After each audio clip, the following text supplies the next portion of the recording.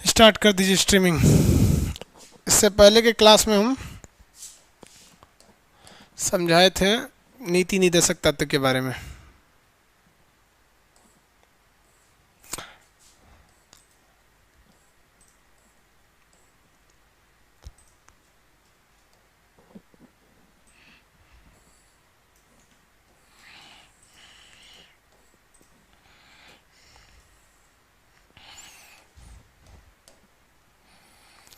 Good morning class.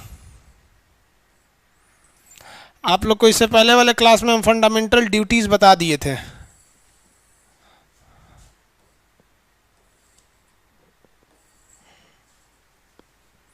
Fundamental duties के बारे में हम समझा दिए थे। अब आगे उसको समझाना था, कुछ बचा हुआ था फंडामेंटल ड्यूटीज के बारे में। देखिए कुछ क्वेश्चंस आपको बता दिए थे हम फंडामेंटल ड्यूटीज के बारे में भी, और बहुत सारी चीज़ों को भी आगे समझाए थे फंडामेंटल ड्यूटीज। फंडामेंटल ड्यूटी बनाने वाला पहला कंट्री कौन सा था? आप फटाफट आंसर देंगे। आप लोग आंसर दीजिए आप जी, इससे पहले जो बताए थे फंडामेंटल ड्यूटी बनाने वाला पहला country. Good morning, good morning. Fundamental duty बनाने वाला पहला कंट्री कैसन बानी सर जी? ठीक बानी मनोज शुक्ला जी। फंडामेंटल ड्यूटी बनाने वाला पहला कंट्री जिसने सबसे पहले मूल कर्तव्य को बनाया था, अभी तक आंसर नहीं आ रहा है। नेपाल बोलता है बेवकूफ। जापान, नेपाल बोलता है। रसिया कौन बोल रहा है? रूस से तो हम लोग लेके आए थे। किस समिति के सिफारिश पर इसे जोड़ा गया था संविधान में? कौन सी ऐसी कमेटी थी जिससे कि हमारा फंडामेंटल लागू किया गया? जोड़ा नहीं गया था। कैसे लागू किया गया? वर्मा कमेटी के सिफारिश पर। किस तरह से इंफोर्स किया जाए इसे लागू करने के लिए? वर्मा कमेटी की सिफारिश पर जोड़ा गया। हमारे ओरिजिनल कॉन्स्टिट्यूशन में कितने टाइप के मूल फंडामेंटल ड्यूटीज थे, कितने टाइप के मूल कर्तव्य थे ओरिजिनल कॉन्स्टिट्यूशन में? फटाफट बताएंगे आप लोग, फटाफट। बफरिंग कर रहा है बाबू, आपके यहाँ नेट प्रॉब्लम है, बफरिंग कर रहा है तो सबके यहाँ नहीं ना होगा। नो नेट जिसके प्रॉब्लम होगा उसका बफरिंग करेगा।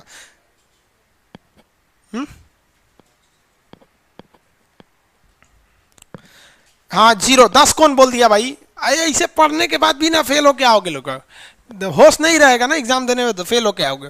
जब हमारा ओरिजिनल कॉन्स्टिट्यूशन लागू हुआ था तो 0 था। उसके बाद में इसे हम लोगों ने 42वां संविधान संशोधन करके इसे जोड़े थे, बताए देते हैं आपको 42वां संशोधन। उसके बाद एक और जोड़ दिए 86वां संशोधन करके। अभी कितना है? 11। अभी से बोलेंगे लोग 10 था, 11 था। ओरिजिनल कॉन्स्टिट्यूशन में एक भी नहीं थे। गुड, ज़्यादातर लोग का है, सही है, लेकिन कुछ सोए रहते हैं सब, उन लोग को समझे में नहीं आता।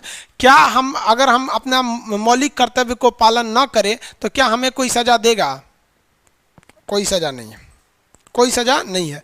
क्योंकि देखिए भाग 4 जो है वो गवर्नमेंट को कहता है कि आप कुछ कीजिए, नहीं करेंगे तो कोई सजा नहीं है। भाग 4 का जो क है ये पब्लिक को कहता है कि आपकी कुछ ड्यूटी है आप कीजिए, आप भी नहीं करेंगे तो कोई सजा नहीं है। हालांकि अमेरिका, जापान, रूस और जापान में अगर आप अपना फंडामेंटल ड्यूटीज़ नहीं कीजिएगा तो आपको सजा दे दिया जाएगा। हमारे 11 फंडामेंटल ड्यूटीज़ यानी मूल कर्तव्य में से 4 ऐसे हैं जिसको आपको हर हाल में करके रखना है। नहीं कीजिएगा ना तो फिर आपको क्या होगा? सजा दे दिया जाएगा। चलिए गुड, आगे देखते हैं। नहीं दिया जाएगा, वेरी गुड। 36 से 51 तक का पीडीएफ नहीं है? अच्छा आज देख लेंगे हम, पीडीएफ नहीं होता। 36 से 51 का पीडीएफ नहीं है क्या? है, अपलोड कराइए उसको।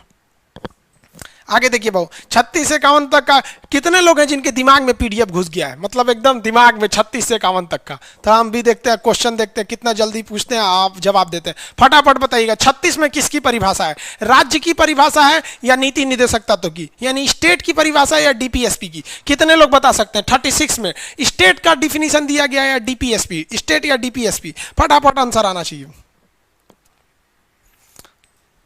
वेरी गुड, स्टेट का दिया गया है। बहुत लोग का स्टेट है, कुछ लोग कह रहे हैं डीपीएसपी। अरे भैया डीपीएसपी की मुड़िया फोड़ लेंगे हम अपना। डीपीएसपी की परिभाषा दिया गया है यहाँ पे, डीपीएसपी की 12 में भी स्टेट की परिभाषा है कि 12 में कहा गया है कि स्टेट मूल कर्तव्य में, मूल अधिकार में छेड़छाड़ नहीं करेगी। और 36 में गया है स्टेट डीपीएसपी का पालन करेगी। डीपीएसपी की परिभाषा है। ले बबुआ, जितना डीपीएसपी कर रहे सब सुतल ऐसे भी सब। आगे देखिए 37 में क्या हम न्यायालय जा सकते हैं? हम लोग कोर्ट में जा सकते हैं क्या डीपीएसपी को लेकर? फटाफट बताएंगे, कोर्ट में जा सकते हैं डीपीएसपी को लेकर? नहीं जा सकते हैं, वेरी गुड। नहीं जा सकते हैं, वेरी गुड, नहीं जा सकते हैं। क्या ये न्यायालय में इन्फोर्स कर सकते हैं या इस पे केस कर सकते हैं? वाद योग है? नहीं है, प्रवर्तनीय यानी इन्फोर्स नहीं कर सकते हैं। 37 में बोला गया। 38 किस चीज की बात किया गया है? समाज के कल्याण की, लोक कल्याण की बात किया गया है 38 में। 39 किसको वेतन सेम दिया जाएगा? मेल और फीमेल को वेतन सेम दिया जाएगा। मेल फीमेल का वेतन सेम है, गुड। 39 का ये फ्री में आप लीगल एडवाइस दीजिएंगे, निशुल्क विधि सहायता, फ्री लीगल एडवाइस। जो बंगाल के लड़के हैं बाबू, आप लोग का इंग्लिश का पीडीएफ हम बहुत जल्दी प्रोवाइड कर देंगे। कई लड़कों का कहना है कि सर हिंदी तो समझ में आ जाता है बट लिखने में बड़ा प्रॉब्लम होता है। कोई बात नहीं बाबू, हम समझ सकते हैं बाकी लोग का प्रॉब्लम भी। अब आगे देखिए 40, कितने लोग बता सकते हैं ये समाजवादी है, गांधीवादी है, उदारवादी है? 40 जितने बता देंगे फटाफट बताइए। 40 कितने लोग बता सकते हैं इसमें? समाजवादी, गांधीवादी या लिबरल? गांधीवादी, वेरी गुड। लिबरल कौन बोलता है भैया? तुम लोग भी लिबरल पढ़ता उड़ता नहीं, सैटरडे संडे तुम लोग घूमने निकल गया होगा। गांधीवादी, लिबरल मत बोलो बबुआ, लिबरल नहीं, ये मेनली गांधी जी का। इसी से तो गांधी जी अंबेडकर जी में विवाद हो गया था। अब कुछ फेमस पूछते हैं। चलिए 42 में मुख्य रूप से किसको ध्यान में रख के बनाया गया है? मेल या फीमेल को? मेल या फीमेल? Male female? हाँ भैया, डिलीवरी मेल का थोड़े होता है, फीमेल को ध्यान में रखा गया। इसे दो जगह आप डाल सकते हैं, एक लिबरल में डाल सकते हैं, एक सोशलिस्ट यानी समाजवादी में भी डाल सकते हैं। दोनों जगह इसे डाल सकते हैं। ज्यादातर सोशल में डाला जाता है क्योंकि महिलाएं समाज की एक अभिन्न हिस्सा होती हैं। Female, very good. Gandhi ji को ध्यान में, रे बाप रे बाप।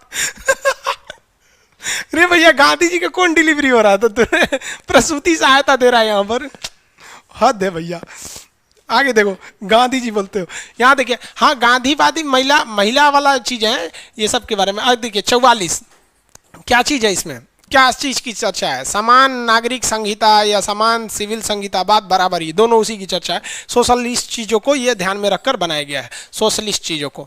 44 में, 44 वाला इंपॉर्टेंट है, पूछता है कई बार यहाँ पे। 43 की 3 चीजें है। 43 है, 43 का ए है, 43 का बी है। 43 में बोला है कि आप कम से कम इतनी सैलरी दीजिएगा कि वो जिंदा रह सके, निर्वाह योग्य मजदूरी। 41 में बोला है कि आप कामगारों की भागीदारी कीजिएगा। 2 में क्या बोला है कि आप उसमें सोशल मतलब कोऑपरेटिव को काम कीजिएगा।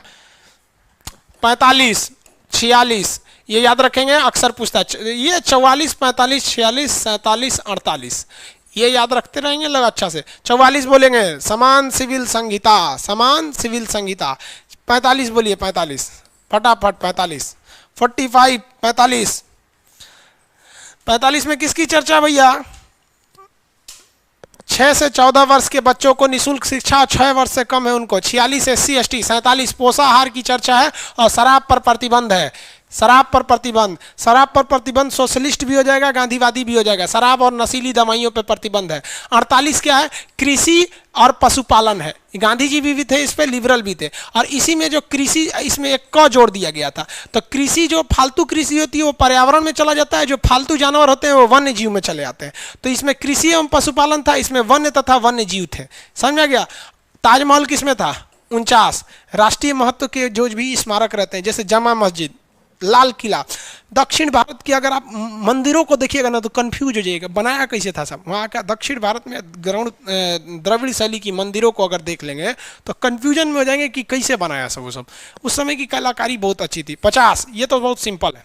50, 50, 50-50 कर दिया। 50 में 50-50, वेरी गुड। चलिए, आप सब लोग अच्छे से पढ़ रहे हैं, लेकिन कुछ लोग बहुत गड़बड़ पढ़ रहे हो बबुआ। हम आपसे क्या कहते हैं कि जब भी आपको पढ़ाई से मन न लगे ना एक बार, तो अपने माँ बाप को और जाके देख लीजिएगा। आपको हम एकदम बताते हैं, सच पूछते हैं, बताते हैं आपको। देखिए, अगर आप इंटर तक दिल लगा के पढ़ाई किए रहते ना, इंटरमीडिएट तक, तो आज आपको हमारे या दुनिया के किसी टीचर की ज़रूरत नहीं पड़ती। ये जितनी चीज़ें आपको बताते हैं ये 11th से पहले है। आप विश्वास नहीं होगा, ये चीज़ें 9th में। अब आप नहीं पढ़े हैं और अपने आप को आप अगर ये कहते हैं कि हम अगर तैयारी करते हैं और खान सर से पढ़ते हैं या कहीं भी पढ़ते हैं, तो रियल में बताने ना आपको इससे बड़ी शर्म की बात नहीं है। तो अभी भी आप शर्म कीजिए कि आपको जो 9th में पढ़ना है ना वही आप पढ़ रहे हैं। आपको यकीन नहीं होगा तो 9th के किसी लड़के का पॉलिटी का किताब उठा के पढ़ लीजिएगा, 8th 9th में है ये चीज़ें। और इसके बाद भी अगर आपको याद नहीं हो रहा है तो शर्म की बात है भाई। और आपको ये कोई अधिकार नहीं है कि आप कहते हैं कि हम तैयारी करते हैं, ये शर्म की बात है। जल्दी से जल्दी इस विद्यार्थी जीवन को त्याग करके जाइए, और नहीं जाइएगा तो क्या दिक्कत है, आप बेरोजगारों से भी टीचरों का रोजगार चलता है, हकीकत तो यही है। लेकिन अब आप गलती करेंगे तो हम क्या कितना समझा सकते हैं हम। देखिए अब हम आपसे कहते हैं अंतर्राष्ट्रीय शांति की चर्चा किस अनुच्छेद में? अंतर्राष्ट्रीय शांति, फटाफट आंसर देंगे। अंतर्राष्ट्रीय शांति 51, वेरी गुड। चलिए बताएंगे आप लोग। कुछ दशाओं में, सम कंडीशन, जैसे विधवा हो जाने में, वृद्धा बूढ़ा हो जाने में सरकारी सहायता एवं शिक्षा पाने का अधिकार किसमें है? कुछ दशाओं में, कुछ दशाओं में सरकारी सहायता, कुछ दशाओं में सर, केवल नंबर लिखिए, केवल नंबर। हाँ वेरी गुड, 41।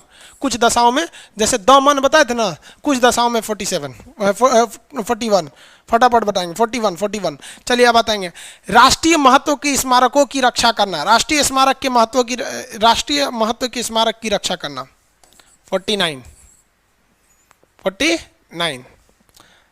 आगे देखिए, बहुत लोग का आंसर सही है, वेरी गुड।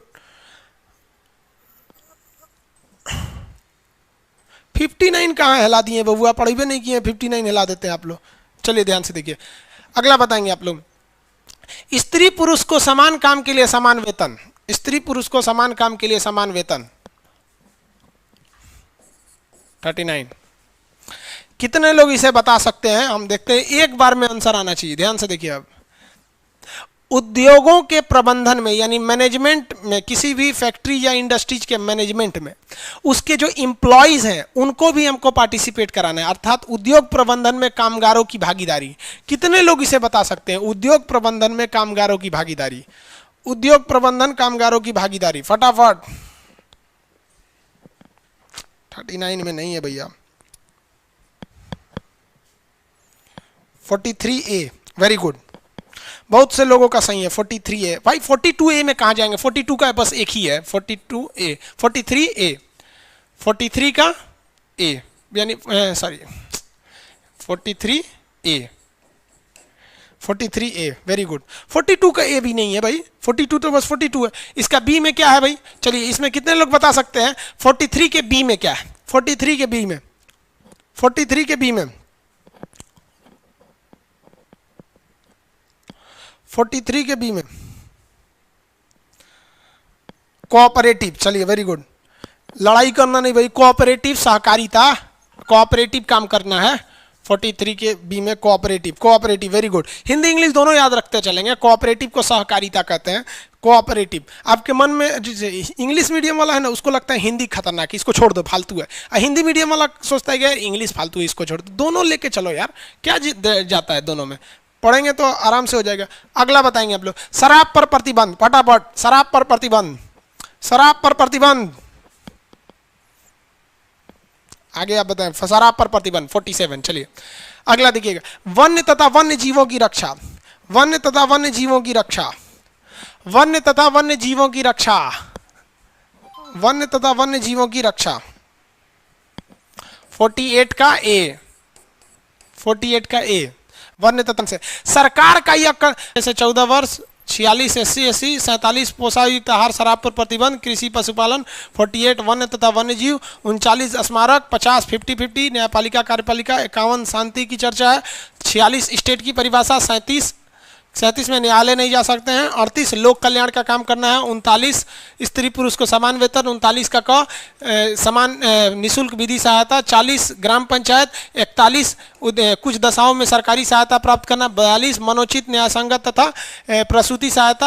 आपका 43 देखेंगे तो निर्वाह योग्य मजदूरी। 43 के ए में क्या बोला गया है कि भाई उद्योग प्रबंधन में कामगारों की भागीदारी। बी में बोला गया है सहकारिता।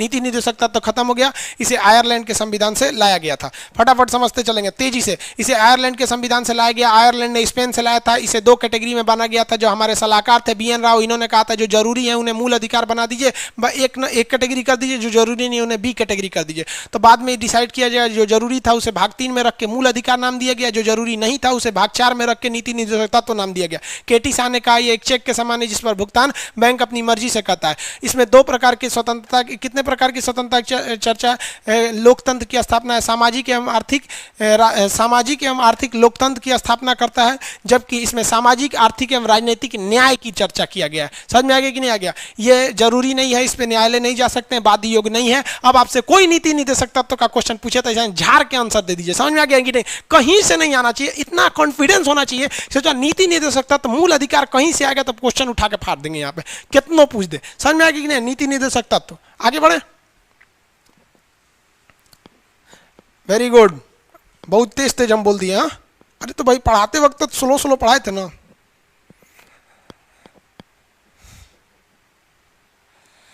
आगे देखते हैं, अब आगे कुछ बताते हैं, देखिए ध्यान से, जहां तक बताए थे वहां तक तो उससे आगे बताते हैं। देखिए, बहुत से लड़के नए ज्वाइन किए हैं, वो अपना शुरुआत का क्लास डेमो में आपका 5-6 वीडियो उसको देख लेंगे, उसके बाद इसको सीरियल देखेंगे। प्रत्येक नागरिक का यह कर्तव्य होगा कि राष्ट्रीय ध्वज इत्यादि का क्या करे, आदर्श को पालन करे। ये हमारा क्या चीज़ है भाई, मूल कर्तव्य है। लेकिन इस पे इमामुअल के मैटर पे एक कानून बना दिया गया था कि आपका ये जो नीति, ये मूल कर्तव्य संख्या 1 है, ये कंपलसरी है, इसे मानना ही पड़ेगा। आप राष्ट्रीय ध्वज का बेइज्जती नहीं कर सकते हैं। आपका भले मन नहीं है आप राष्ट्रीय गान गाने के लिए, लेकिन जब गाया जाएगा तो आपको खड़े रहना पड़ेगा। 2 नंबर में क्या था, स्वतंत्रता के लिए हमारे राष्ट्रीय आंदोलन को प्रेरित करने वाले आदर्श को हृदय में सजाए रखना है। यानी जो हमारी राष्ट्र की भावना थी, हम अपने देश के लिए लड़े थे, आज भी वो भावना हमारे देश में रहनी चाहिए कि अगर चाइना पाकिस्तान से कुछ होता है तो हम लोग वैसे साथ में लड़ सके। राष्ट्रीय एकता, अखंडता एवं अखंडता की रक्षा करना है। तो ये सोवर्निटी, यूनिटी एंड इंटीग्रिटी, प्रभु, देखिए ये आगे आपको एक चैप्टर आएगा जिसमें हम पढ़ाएंगे कि संप्रभुता का मतलब क्या होता है। एकता तो आप समझते हैं हम दोनों को एकजुट रखना है। अखंडता मतलब कश्मीर वाले कहते हैं हम अलग होंगे, ये नहीं होना चाहिए। प्रभुसत्ता का मतलब होता है कि हमारे ऊपर किसी का प्रेशर नहीं होना चाहिए। ऐसा नहीं कि अमेरिका कहेगा इसे करो तो हम कर देंगे। देश की रक्षा करना हम सबकी जिम्मेदारी है कि देश की हम क्या कर सकते हैं, रक्षा कर सकते हैं। देश के सभी लोगों में समर्था यानी एक दूसरे में भाईचारा की भावना को रखना है।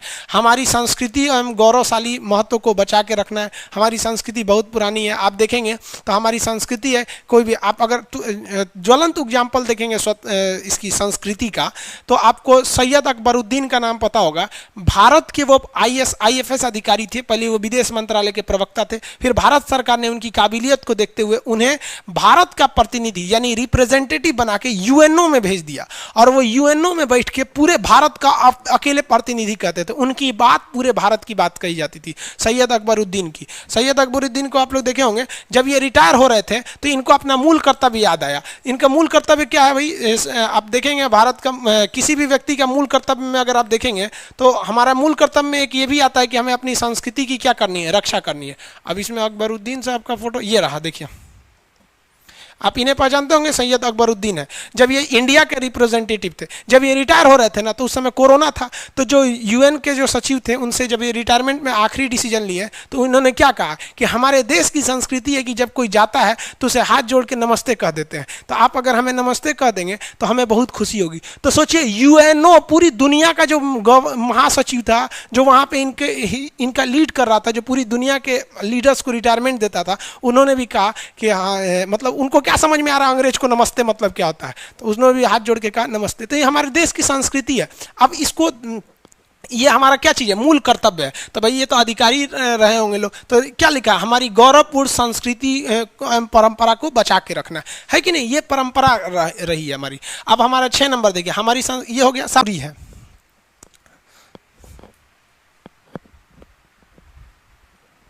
थोड़ा सा नेट स्लो है, अपने से मैनेज कर लेगा, उसमें थोड़ा नेट स्लो है, ध्यान से देखिए। तो ये पहला नंबर और 7वां नंबर ये मूल कर्तव्य है, लेकिन अगर इसको नहीं मानिएगा तो सजा हो जाएगा। कैसे, देखिए, पर्यावरण के संवर्धन करना। अब आप बताइए ना, दिन जाके चंदन का पेड़ काट दीजिए, जेल हो जाएगा आपको। हिरन मार दीजिए, देखिए सलमान खान को कितना लंबा खींचा गया कानून में। तो ये है वैज्ञानिक दृष्टिकोण अपनाना, यानी हमको एक साइंस वगैरह में ज़्यादा ध्यान देना है, अंतरिक्ष विज्ञान इत्यादि में है, वैज्ञानिक दृष्टिकोण को अपनाना है। टू डेवलप साइंटिफिक टेम्पर, मतलब वैज्ञानिक दृष्टिकोण को अपनाना है। नहीं भी अपनाएंगे कोई दिक्कत नहीं, आप होम साइंस लेके पढ़िए, कोई दिक्कत नहीं।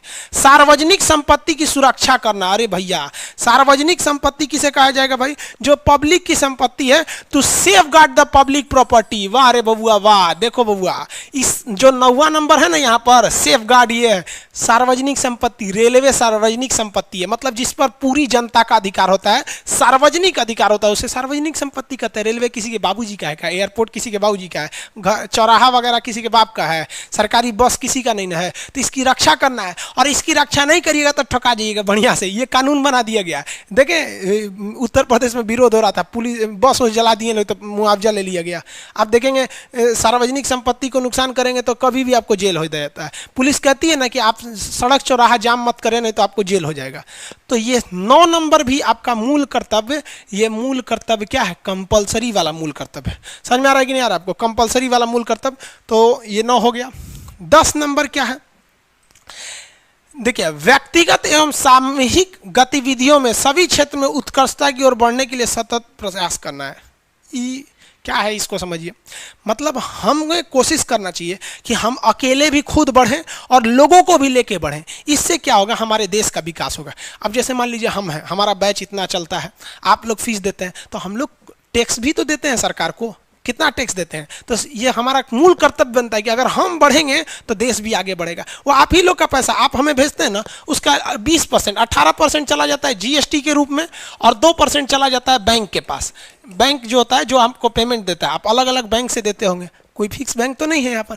तो सोचिए, ये 20% तो ऐसे चला गया। अब इसके बाद जो बचा वही मेरा इनकम है। ये मेरा इनकम ही नहीं है, ये 20% मेरा इनकम नहीं है। तो ये 100% में से घटा दीजिए, ये 20% मेरा इनकम नहीं है। जो बच गया ना, अब उस इनकम का 30% हमें इनकम टैक्स देना है। यानी जितना हम कमाते हैं उसका 50% चला गया मेरे पास से, तो हम सरकार को देते भी तो है। इसी से सरकार हमारी सेना का खर्च उठाती है, लोगों को राशन कार्ड पे, हम अकेले हम नहीं, आप सब टैक्स देते हैं, कुछ कम कुछ ज़्यादा। तो देखिए यहाँ पर अगर हमारे पास सपोज 1 करोड़ रुपया आया तो हम 50 लाख तो टैक्स दे देते हैं। 18% जीएसटी, 2% बैंक, 30% इनकम टैक्स। अब ये कोई छुपा हुआ बात तो नहीं है, ये काटे के सरकार हमको देती है वहां पे। तो ये समझ में आ गया आप लोग को? तो यही कह रहा है कि आप अकेले विकास कीजिए या सामूहिक विकास कीजिए, इससे देश को भी फायदा होगा। नहीं करिएगा कोई दिक्कत नहीं, पकौड़ा भी बेच सकते हैं आप। मोदी जी तो कहीं है कि ये भी रोजगार है। आगे देखिए 11 नंबर को कब जोड़ा गया? अब आप बताइए। ये तो बताइए, हम नहीं बताएंगे इसको। कौन से अमेंडमेंट द्वारा 11वां मूल कर्तव्य जोड़ा गया? 11 नंबर मूल कर्तव्य कब जोड़ा गया था? देखिए आप ध्यान से समझिए। 86वां संविधान संशोधन किया गया सन 2002 में। लेकिन इस संशोधन द्वारा 2 चीजें की गई। एक आपका 11वां मूल कर्तव्य बनाए दिया गया और इसी में कह के एक आपका 2 चीजें जोड़ दी गई थी। एक 21 का क करके शिक्षा का अधिकार जोड़ दिया गया इसी संशोधन द्वारा। यानी इसमें कहा गया है 2 बातें। 86वां संशोधन 2002 में 2 बातें कहा गया कि छठवा का अधिकार है कि वो पढ़ने जाएगा। छठवा का अधिकार है कि वो पढ़ने जाएगा और उसके बाबूजी का यह कर्तव्य है कि वो स्कूल लेकर जाएंगे। समझ में गया? स्कूल उसको लेकर जाएंगे। तो एक बात बता बबुआ, मान लीजिए कि हम हैं, हमारा छोटका बबुआ है सपोज कीजिए, और हम उसको स्कूल लेके नहीं जाएंगे, कहेंगे कि भाग तो रहते तो ना, नहीं जानते कि हमारा तो मूल कर्तव्य है कि माता पिता या संरक्षक, यानी जिसके पास वो बच्चा पढ़ रहा है, जैसे मैंने अनाथ आश्रम में जितने बच्चे हैं उसके लिए हम संरक्षक हैं, तो उससे 6 से 14 वर्ष के बच्चों को प्राथमिक शिक्षा प्रदान किया जाएगा। तो हम कहेंगे देख भाई, हम तुमको स्कूल नहीं ले जाएंगे क्योंकि ये हमारा फंडामेंटल ड्यूटी है, कर्तव्य है, नहीं मानेंगे कोई दिक्कत नहीं है। अब इसी पे हो गया सुप्रीम कोर्ट में केस। तो सुप्रीम कोर्ट ने कहा रे बबुआ, जो नहीं आपका मूल कर्तव्य है ना कि 6 से 14 वर्ष के बच्चों को आप इस शिक्षा दिलाइए, तो छठुआ का मूल अधिकार है, और अगर आप नहीं ले जाइएगा तो इसका मतलब उसका मूल अधिकार छीन रहे हैं। उस सीधे अनुच्छेद 32 का प्रयोग करके सुप्रीम कोर्ट आएगा। तो इस तरह से आप ये कह सकते हैं कि जो 11वां मूल कर्तव्य है, बच्चों को स्कूल ले जाना, कंपलसरी पढ़ाना, ये इन्फोर्स है। आप जबरदस्ती उसे शिक्षा से नहीं छीन सकते हैं, जेल हो जाएगा। तो बताइए, अब लोग कहते हैं कि मूल अधिकार नहीं मानोगे तो कोई दिक्कत नहीं है। अरे बबुआ, जब तू आईएएस या पीसीएस के मेंस में बैठोगे, चाहे इंटरव्यू में जाओगे ना, तो सीधे पूछ देगा कि कितने ऐसे मूल कर्तव्य हैं, how many fundamental duties are enforceable, कितने मूल कर्तव्य जिन्हें लागू करना जरूरी है, वो मूल अधिकार की तरह लागू होते हैं। तो दांत चिया देंगे, ये तो किताब में लिखल था कि इसको मानो चाहे नहीं मानो, कोई दिक्कत नहीं है, कोई दिक्कत नहीं है, चलाएंगे। यहाँ पर कौन कौन मानना जरूरी है, फटाफट 1, 7, 9, 11 लिख लीजिएगा कहीं। 1, 7, 9, 11 कहीं पे कोना करके लिख लेंगे 1 7 9 11, जरूरी है ये मानना। 1 7 9 11 ये आपका इन्फोर्सेबल है, ये कहीं लिख लीजिएगा, उसमें नहीं है आपके पीडीएफ वगैरह में, ये नहीं लिखा है, इसको लिख लीजिए फिर पीडीएफ में आप कहीं ऐड कर लीजिएगा। 1 7 9 11, 1 7 9 11। ABCD में भी आपको इसको पूछ सकता है, तो ABCD कहेगा तो क्या हो जाएगा, AGI के ये होगा ना, अरे G 7 नंबर पे, I 9 नंबर पे, K 11 नंबर पे, AGI के हो जाएगा। किसी को दिक्कत? अरे भाई इसमें हमको ना तीर थोड़े मारे हैं, ABCD में ये पहले नंबर पे आता है, G 7 पे आता है, I 9 पे आता है, क्या पे आता है। मिटाइए देते हैं ना तो कहेगा से ई कौन सी हो गया, 4 8 को सोचेगा। समझ में आ गया? लड़की सबको समझ में आ रहा है ना? पॉलिटी का क्लास चल रही है। समझ में आ गया कि नहीं आ गया? आगे बढ़े। ये हमारा मूल कर्तव्य हो गया।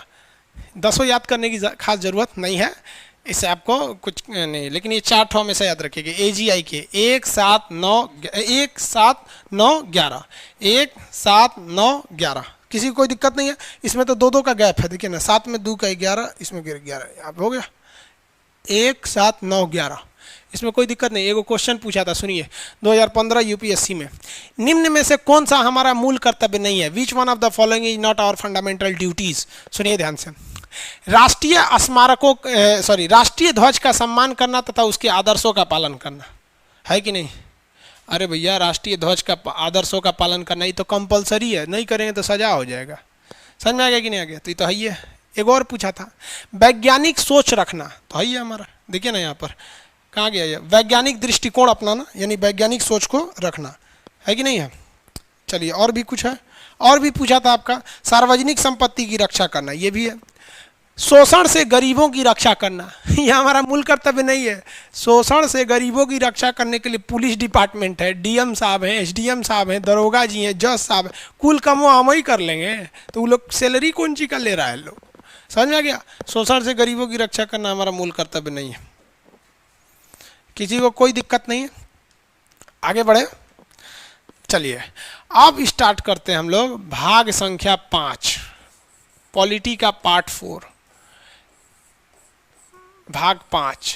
कहाँ से कहाँ तक होगा?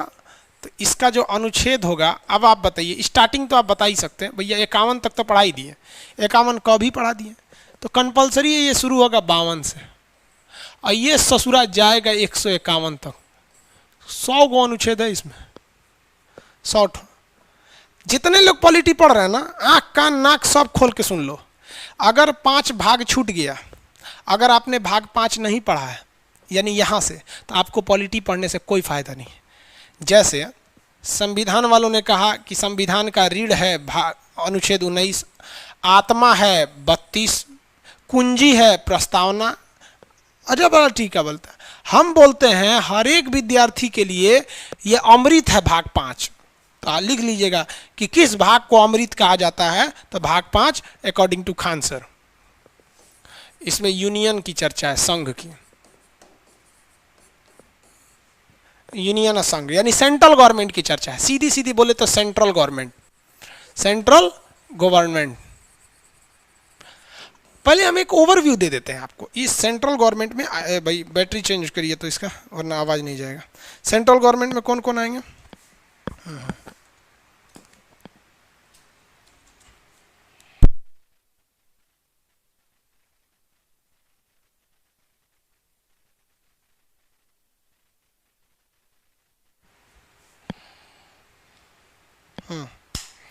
चलिए आवाज जा रहा होगा, उसको लगा दीजिए उस चार्ज में।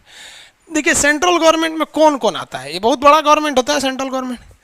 इसमें देखिए आपका सबसे पहले कौन कौन आएंगे, तो कैटेगरी नंबर 1 आपके प्रेसिडेंट आ जाएंगे, राष्ट्रपति साहब, और इन्हीं के बगल में आ जाएंगे उपराष्ट्रपति।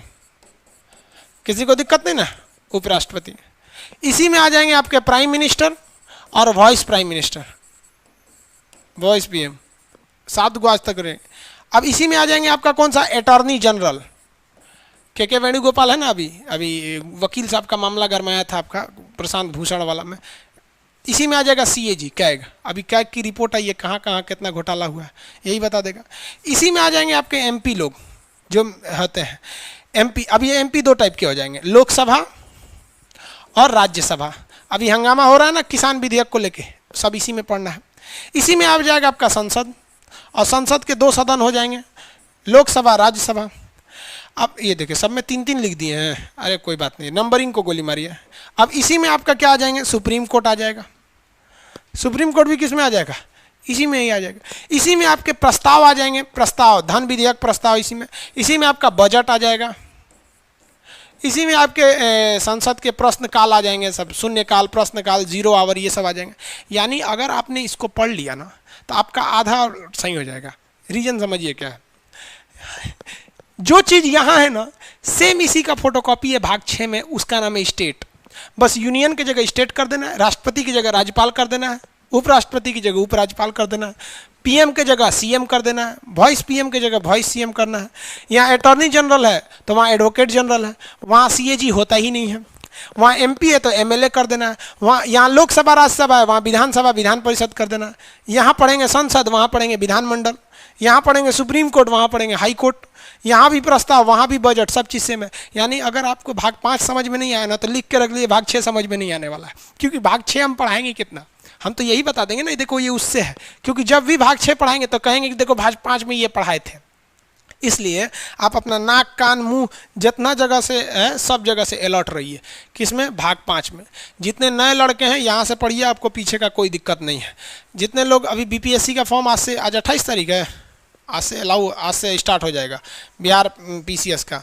जो बाहर के राज्य वाले हैं वो भी भर दीजिए बीपीएससी का फॉर्म। समझ में आया? आगे देखिए, तो ये हो गया आपका भाग 5। तो जितने लोग हैं पीसीएस वगैरह लेवल की तैयारी करते हैं वो सब लोग को बोल दीजिए कि भाई अब रेडी हो जाएंगे। अनुच्छेद कहाँ से चालू होगा, 52 से। तो इसमें पहले ही चर्चा है राष्ट्रपति की, एकदम शुरुआत करना है राष्ट्रपति से, उसके बाद उपराष्ट्रपति, उसके बाद अटॉर्नी जनरल, उसके बाद संसद, मतलब प्रधानमंत्री वगैरह, संसद, लोकसभा, राज्यसभा, प्रस्ताव, बजट, बजट के बाद आपका सुप्रीम कोर्ट, सुप्रीम कोर्ट के बाद सीएजी, खत्म। बस इसके बाद ये होगा। अब स्टार्ट करते हैं राष्ट्रपति से।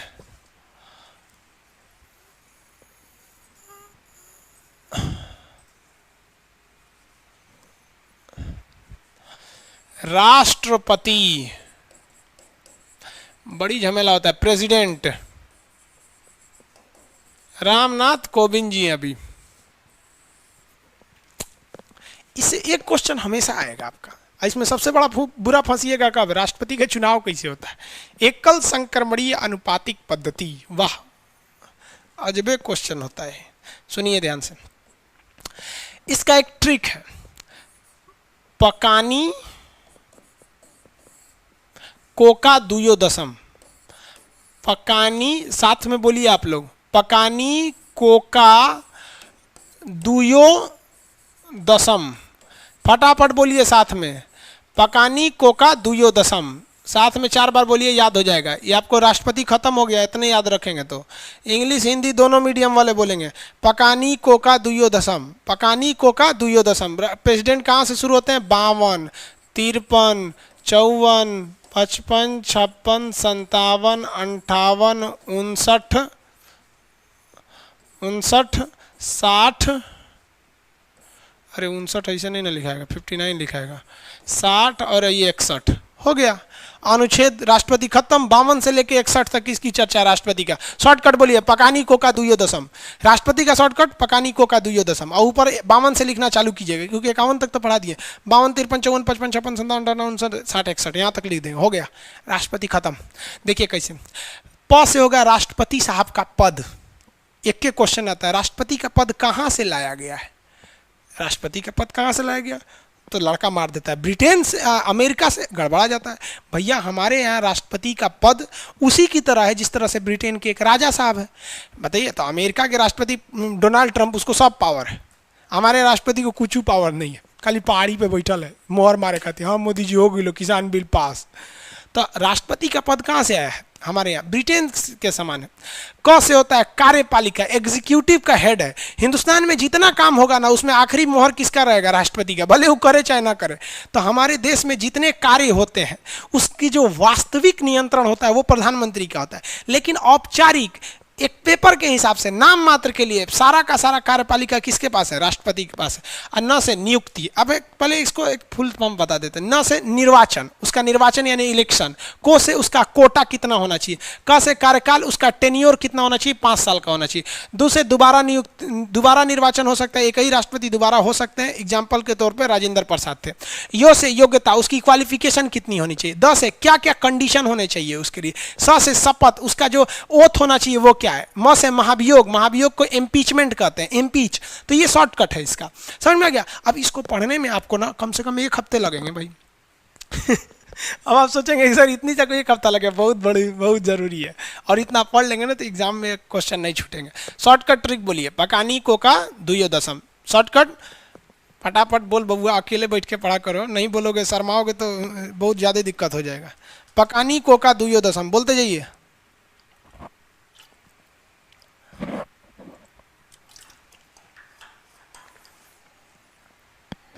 पकानी को का दुयो दशम, समझ आ गया। अब इसका एक एक बार इंप्लीमेंट करेंगे ना तो ऑटोमेटिक आपको याद हो जाएगा। अभी आपको कंफ्यूजन होगा नी से क्या होगा, जब पूरा पढ़ लेंगे तो आपको ऑटोमेटिक याद हो जाएगा। कहाँ से शुरू होगा? 52 से, खत्म हो जाएगा 61। 1 2 3 4 5 6 7 8 9 10, 10 अनुच्छेद में राष्ट्रपति खत्म। 52 से 61 स्टार्ट किया जाए। चलिए स्टार्ट करते हैं। अनुच्छेद 52 राष्ट्रपति का पद। भैया ये कहाँ से आया है? ब्रिटेन से आया है, जिसे शॉर्टकट में यूनाइटेड किंगडम कहते हैं। ये किसके समान है? ब्रिटेन की महारानी के समान। वहाँ की जो महारानी है उनके समान है। देखिए अंग्रेज वगैरह में ना महिला होशियार होती हैं सब। अंग्रेजों में लड़कवा बोंक होता है सब, पूरा भोदा होता है सब, किसी काम का नहीं। और इंडिया में ना ठीक उसका उल्टा हो जाता है। अब महिलाओं को हम कुछ बोले थोड़े, हम तो बस इतना बोल रहे हैं कि उल्टा हो जाता है। ध्यान से समझिए। तो हमारे यहाँ राष्ट्रपति का पद कहाँ से लाया गया है? भारत के राष्ट्रपति के पद की चर्चा अनुच्छेद 52 में। ये किस देश के समान है? तो ब्रिटेन के समान है। ये कुछ काम हम नहीं करते हैं। अनुच्छेद 53 देखिए, 53 आर्टिकल 53 में क्या है? कार्यपालिका। कार्यपालिका इंग्लिश में क्या कहेंगे? एग्जीक्यूटिव। देखिए अब यहाँ बबुआ से ध्यान से समझिएगा। एग्जीक्यूटिव 2 टाइप का होता है। एक होता है वास्तविक, वास्तविक को बोलते हैं रियल एग्जीक्यूटिव पावर किसके पास है। और एक होता है औपचारिक। औपचारिक का मतलब क्या होता है? ऑफिशियली, बस ऑफिशियली। तो हमारे देश में कार्यपालिका बोले तो काम करने की क्षमता, इच्छा। मोदी जी चाहें जीएसटी पास हो गया, मोदी जी कह देते तो अमित शाह का दम था जो 370 ले आ देते या फिर हटा देते, या फिर एनआरसी या सीए, सारा चीज प्रधानमंत्री के कंट्रोल में होता है। तो रियल में, इन रियल जो होता है ये किसके पास होता है? पीएम के पास होता है। जितनी भी एग्जीक्यूटिव पावर है वो रियली में होता है प्राइम मिनिस्टर के पास में, लेकिन राष्ट्रपति आखिरी में उसमें साइन कर देते हैं। तो ऑफिशियली कब वो नियम लागू होता है? जैसे देखिए अमित शाह ने 370 हटाया लोकसभा से, राज्यसभा से, क्या हटा? जैसे राष्ट्रपति ने साइन कर दिया हट गया यहां पर। अरे यार ये कौन है? कुछ गिर गया क्या यहां से? चलिए ध्यान से समझिए। तो ऑफिशियली पावर जो होता है वो किसके पास, सॉरी रियल में जितना पावर है वो किसके पास होता है? रियल का जितना पावर है वो होता है आपका वास्तविक शक्ति प्राइम मिनिस्टर के पास में। लेकिन जो भी औपचारिक चीजें होती हैं, औपचारिक क्षमता जो होती है वो किसके पास होती हैं? आपका राष्ट्रपति के पास में। बाहर जाइए अभी लोग अभी कुछ काम नहीं होगा।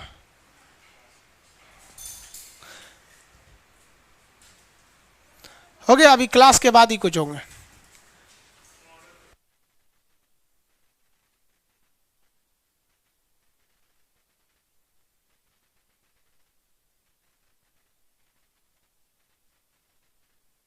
अभी 1 घंटा और क्लास चलेगा, उसके बाद कोई भी टेक्निकल टीम देखेंगे लोग।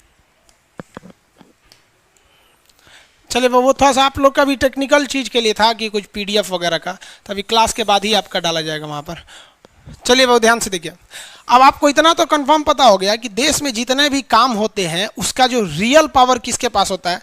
रियल क्षमता होती है प्राइम मिनिस्टर के पास। लेकिन जो कार्यपालिका यानी एग्जीक्यूटिव का ओरिजिनल यानी औपचारिक शक्ति होती है, मतलब काम के लिए, मतलब केवल नाम के लिए, वो किसके पास होता है? राष्ट्रपति के पास में। तो यही बात बोला गया 53 में कि देश की कार्यपालिका की शक्तियां राष्ट्रपति के पास हैं, लेकिन वो शक्तियां औपचारिक हैं, मतलब ऑफिशियली बस उसका नाम दे दिया गया, but real power prime minister के पास है। देश देश में राष्ट्रपति की क्षमता उतनी है जितनी देश में घर में फूफा जी है। तो राष्ट्रपति के ब्रैकेट में क्या लिख सकते हैं? फूफा, फूफा जी, समझा गया? और कुछ नहीं है। राष्ट्रपति साहब की इतनी ही क्षमता है। कितनी क्षमता है? फूफा जी के बराबर क्षमता है। आगे बढ़ जाते हैं। तो में तो कोई दिक्कत नहीं होना चाहिए जी। सबसे भयंकर दिक्कत होता है निर्वाचन में, इलेक्ट्रोल उसका इलेक्शन में। पकानी कोका 2.52 प से राष्ट्रपति का पद, क से कार्यपालिका का प्रधान यानी एग्जीक्यूटिव का चीफ होता है। इतना समझ में आ गया? चलिए अब आगे देखते हैं। आर्टिकल बबुआ 52 बता दिए थे, 53 बता दिए, अब 54 बता रहे हैं। आर्टिकल 54, ये क्या हो गया? आर्टिकल 54 में क्या चीज बोला गया है? तो राष्ट्रपति का निर्वाचन,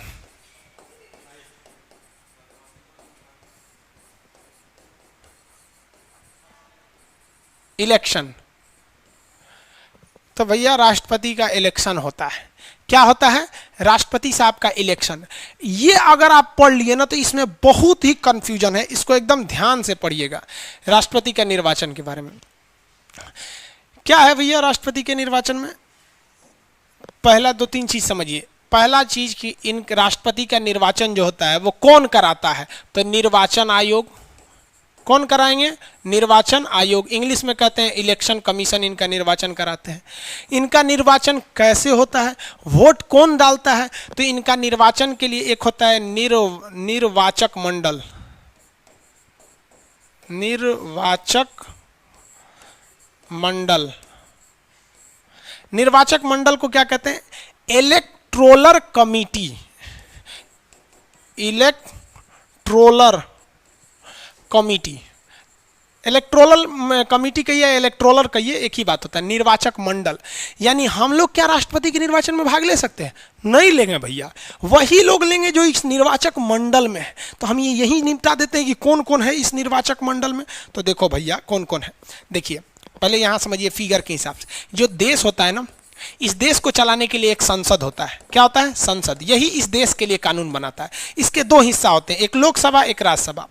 वैसे ही जो राज्य होता है, स्टेट, इसे चलाने के लिए विधान मंडल होते हैं। विधान मंडल, इस विधान मंडल में भी 2 हिस्सा होता है, 2 कमरे होते हैं। विधान मंडल एक घर का नाम है, संसद एक घर का नाम है। इस घर में 2 कमरे, लोकसभा और राज्यसभा। उसी तरह से राज्य को चलाने के लिए विधान मंडल होते हैं, इसमें भी 2 कमरे। एक का नाम है आपका विधानसभा और एक का नाम है विधान परिषद। विधानसभा और एक का नाम है विधान परिषद। ठीक है, 2 चीजें होते हैं। एक यहाँ हो गया सभा, इधर हो गया विधान परिषद। समझिए राष्ट्रपति साहब के निर्वाचन में, किसमें? राष्ट्रपति साहब के निर्वाचन में लोकसभा भाग लेती है, राज्यसभा भाग लेती है, ठीक है, विधानसभा भाग लेती है, लेकिन विधान परिषद भाग नहीं लेती है। विधान परिषद भाग नहीं लेती है। अब बात सवाल ये हो गया कि ससुरा इसको साइड क्यों किया? कुछ ना कुछ सोच के किया होगा कि नहीं, आखिर विधान परिषद को क्यों साइड किया? तो एक्चुअली क्या है कि हमारे जितने राज्य हैं उन राज्य में से केवल 7 ही ऐसे राज्य हैं जिनके पास विधान परिषद है। तब ये एक बात बताइए, अगर संविधान में कह देगा कि विधान परिषद भी भाग लेगा तो ये 7 ही राज्य आ पाएंगे, बाकी के राज्य नहीं आ पाएंगे। तो ये तो एक पक्षपात हो जाएगा। तो कहा गया है कि जब पूरे राज्यों में, पूरे देश के हर एक स्टेट में जिस दिन विधान परिषद आ जाएगा, देखिए अब आप लोग कंफ्यूज होंगे सर विधान परिषद क्या है, तो ये टॉपिक थोड़ी है, ये टॉपिक थोड़ी है संसद है। संसद जब आएगा तो पूरा बताएंगे, ये आएगा तो पूरा बताएंगे। अभी राष्ट्रपति है, मेन फोकस आप राष्ट्रपति पे रखिए। विधानसभा, बिहार में विधान परिषद है, यूपी में भी है, समझ आ गया, झारखंड में भी है, जम्मू कश्मीर में था, वहाँ पे तोड़ ताड़ दिया अलग से। तो यहाँ पे इन्हीं राज्यों में विधान परिषद है। तो आप बताइए संविधान वालों ने क्या गलत कर दिया? क्या गलत किया कि उन्होंने कह दिया कि भैया विधान परिषद जो है वो भाग नहीं ले सकती है? कुछ गलत किया? नहीं गलत किया। यहाँ पर क्यों नहीं गलत किया? क्योंकि उन्हें पता है भैया कि विधान परिषद जो है वो केवल और केवल कितने राज्यों में है? 7 राज्यों में है। जिस दिन 7 राज्य पूरे राज्य में आ जाएगा उस दिन लागू हो जाएगा। तो आपसे यूपीएससी वगैरह में जब लिखिएगा तो ये नोट करके जरूर लिख दीजिएगा कि विधान परिषद को अनुमति नहीं है इलेक्टोरल कमिटी में, निर्वाचक मंडल में, क्योंकि हर एक राज्य में विधान परिषद नहीं है। जब आ जाएगा तो लागू कर दिया जाएगा। समझ में आ गया कौन कौन भाग लेता है? लोकसभा, राज्यसभा, विधानसभा, वहां से दिल्ली से लोकसभा, राज्यसभा, और हर एक राज्यों से विधानसभा। अब हर एक राज्य में विधानसभा है। इसके अलावा दो और ऐसे भी कई राज्य हैं जहां पे विधानसभा है, लेकिन वो केंद्र शासित है। जैसे जम्मू कश्मीर केंद्र शासित होने के बावजूद वहां विधानसभा है, दिल्ली केंद्र शासित होने के बावजूद वहां विधानसभा है, आपका पांडिचेरी केंद्र शासित होने के बावजूद विधानसभा। ये केंद्र शासित को अलग कंसेप्ट है, उसको समझाएंगे। यानी ओवरऑल में आप यही कह सकते हैं कि देश की लोकसभा, राज्यसभा, विधानसभा भाग लेती है। इसको इसलिए इसको क्यों हटाया गया समझ में आ गया। इसके अलावा एक बात बताइए, ये जो राष्ट्रपति होता है ना, राष्ट्रपति अपनी इच्छा से राज्यसभा में 12 लोगों को मनोनीत कर देता है, मतलब उसे नॉमिनेट कर देता है कि आप विज्ञान में अच्छी रुचि रखते हो, समाज सेवा, मान लीजिए हमको नॉमिनेट कर दिए राज्यसभा में 12 गो, और लोकसभा में भी 2 गो को मनोनीत कर देते हैं। मनोनीत का मतलब अपनी इच्छा अनुसार चुन देते हैं कि आप अच्छा आदमी हैं, आप भी इसमें आइए। आप सचिन तेंदुलकर का नाम डाल दिया गया था, रेखा जो हीरोइन है उसको नाम डाल दिया गया, बड़े बड़े लोग का नाम उसमें डाला गया है। जैसे आप कई बार जावेद अख्तर साहब, कई ऐसे ऐसे गायकार हो गए, कला से संबंधित, विज्ञान से संबंधित, समाज सेवा से संबंधित, उनको राष्ट्रपति कहते हैं कि आइए आप भी यहाँ बैठिए और देश में भाग लीजिए। एक बात बताइए, अपने मन से सोचकर, ध्यान से सोचिएगा कि जिस राष्ट्रपति ने इस 12 को यहाँ चुनकर भेजा है बिना इलेक्शन के अपने मन से, और जो 2 एंग्लो इंडियन को इधर भेजा है, एंग्लो इंडियन को, अब आप कहेंगे एंग्लो इंडियन क्या है, अभी आगे समझाएंगे। तो ये अगर मान लीजिए जिस राष्ट्रपति ने इधर 12 को भेजा और इधर 2 को भेजा, वही राष्ट्रपति यदि अगली बार चुनाव में दोबारा उठ जाए, क्योंकि राष्ट्रपति को दोबारा उठने का अधिकार है, दोबारा उठ जाए तो उसे देगा कि नहीं देगा ये अलग मैटर है, लेकिन ये ससुरे 12 जरूर उसी को देंगे, क्योंकि इन्होंने, उसी ने इसको लाया था संसद में, और ये भी लाएंगे। जैसे देखिए ना, हमारे सुप्रीम कोर्ट के मुख्य न्यायाधीश जो रिटायर हो गए, रंजन गोगोई साहब, उन्हें राष्ट्रपति रामनाथ कोविंद ने चुन दिया राज्यसभा के लिए। अगली बार अगर रामनाथ कोविंद फिर उठेंगे तो रंजन गोगोई ने कहेंगे भाई साहब आप ही तो हमको लाए थे, हम तो रिटायर हो गए थे, आप ही को वोट देंगे। तो संविधान वालों ने कहा कि ये पक्षपात हो जाएगा।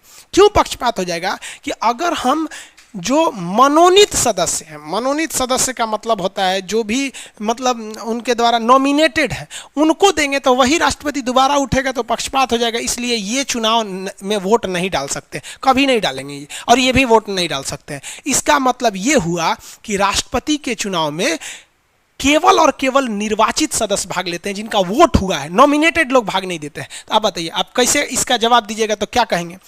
राष्ट्रपति के निर्वाचक मंडल द्वारा होता है। इसमें लोकसभा, राज्यसभा तथा विधानसभा के केवल निर्वाचित सदस्य होते हैं, मनोनीत नहीं होते हैं, क्योंकि पक्षपात का डर हो जाता है। तो कौन कौन वोट देता है, समझ में आ गया?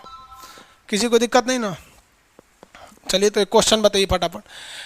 अभी एंग्लो इंडियन समझा देते हैं क्या होता है एंग्लो इंडियन। एक क्वेश्चन बताइएगा फटाफट। राज्यसभा में कितने सदस्यों का मनोनयन किया जाता है? राज्यसभा में फटाफट फटाफट आंसर देंगे। राज्यसभा में कितने सदस्यों का मनोनयन किया जाता है?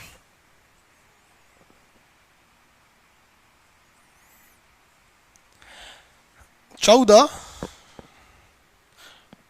12। Very good. अच्छा, क्वेश्चन घुमा देगा, कहेगा कि संसद में कितने सदस्यों का मनोनयन किया जाता है? संसद में बताइए तो, ओवरऑल संसद में, पार्लियामेंट में कितना है भैया? 275 बोल रहा है, 12 की जगह। मनोनयन कितना का? 275 का होता है। संसद में कितने का होता है? संसद में 14 का होता है। Very good. देखो बबुआ, संसद में 14 का होगा। क्यों? क्योंकि राज्यसभा में तो हो गया 12 और लोकसभा में हो गया 2 एंग्लो इंडियन, ये 2 समाज सेवी लोग, 4 लोग का मनोनयन होता है। हो गया। एंग्लो इंडियन किसे कहा जाता है? देखो भैया, जब देश गुलाम था ना, तो हमारे ऊपर केवल और केवल यूरोप वालों ने शासन किया। किसने शासन किया? यूरोप वालों ने। ध्यान से समझना बबुआ इसको। यूरोप से सबसे पहले आए सब पुर्तगाल वाले, आए सब डच वाले, आए सब हॉलैंड वाले, ब्रिटेन वाले, फ्रांस वाले, ससुरा दुनिया भर के कूद गया सब भारत में। यानी जितने आए सब कंपनियां जो विदेश से, वो यूरोप से आई सब। कोई क्या अमेरिका का हमारे यहाँ शासन किया? कोई नहीं किया। यानी जब हम गुलाम थे अंग्रेजों के, तो इनडायरेक्टली हम लोग किसके गुलाम थे भैया? यूरोप के। क्योंकि गोवा पुर्तगालियों के अंडर में था, पांडिचेरी फ्रांस के अंडर में था, केरल का कुछ भाग डचों के अंडर में था, पूरा भारत ब्रिटेन के अंडर में था, फ्रांस के भी अंडर में था। तो ये लोग जब यहाँ शासन कर रहे थे तो ये लोग भारतीय महिलाओं से शादी कर लेते थे और उनके बच्चे भी होते थे। तो ये सिलसिला चलते आ रहा था। लेकिन जब 1947 में देश आज़ाद हुआ तो ये जितना चोट्टा यूरोपिया वाला था सब ना, ये भारतीय महिलाओं से शादी किया।